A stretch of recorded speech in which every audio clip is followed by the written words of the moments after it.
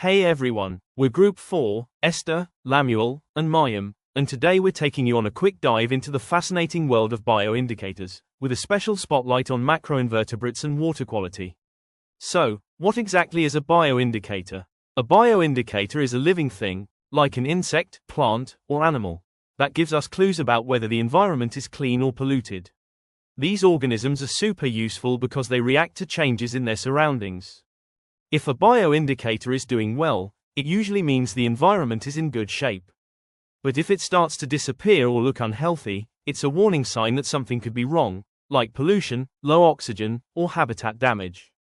One classic example: mayflies in rivers. These insects are super sensitive to pollution, so if you find a lot of them in a stream, chances are the water's pretty clean. But if they're gone, that might mean the water quality has taken a dive. Now let's turn our focus to another quiet but powerful bioindicator, the mussel. This video shows how mussel cleans the water. Mussels might look like simple shellfish just chilling on riverbeds, but they're actually doing important work, filtering water. As they feed, mussels draw in water and trap particles, bacteria, and pollutants. But they're picky. When the water gets dirty or low in oxygen, mussels can sense it.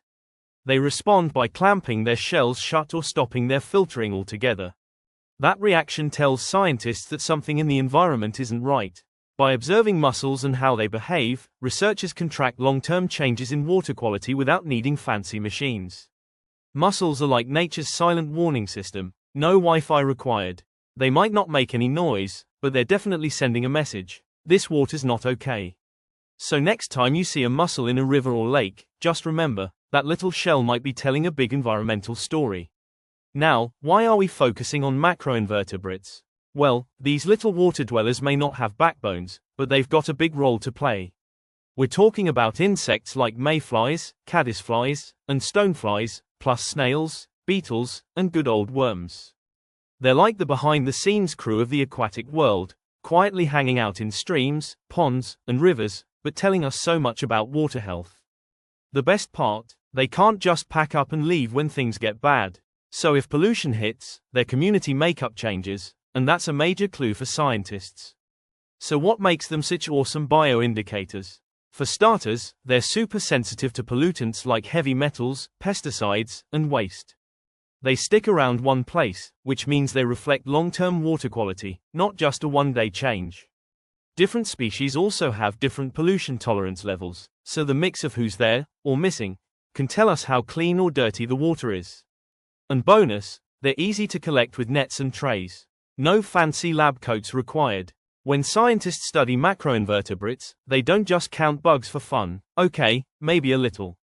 They look at species richness, basically, how many different types are hanging out in the water.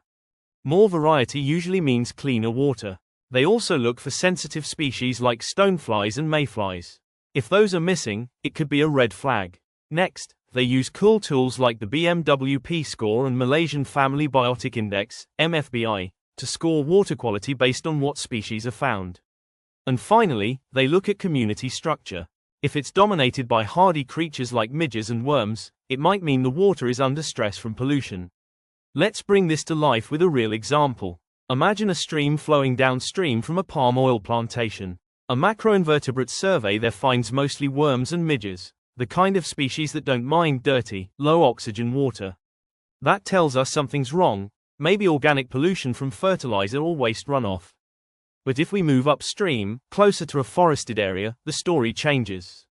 Now we're seeing a bug party with mayflies, caddisflies, and beetles. That mix suggests cleaner water, more oxygen, and a stable habitat. It's like reading a water quality story, told entirely by bugs. So let's wrap it up. Why do scientists love macroinvertebrates as bioindicators? Because they're easy to find, they react clearly to changes in their environment, and they give us a long-term snapshot of ecosystem health. They also help us figure out where pollution is coming from, and how bad it is. Thanks for watching. We hope this gave you a fun and fresh perspective on how tiny aquatic insects are quietly helping us keep our rivers and streams safe. Let's keep learning, exploring, and protecting our freshwater ecosystems, because clean water isn't just important, it's essential.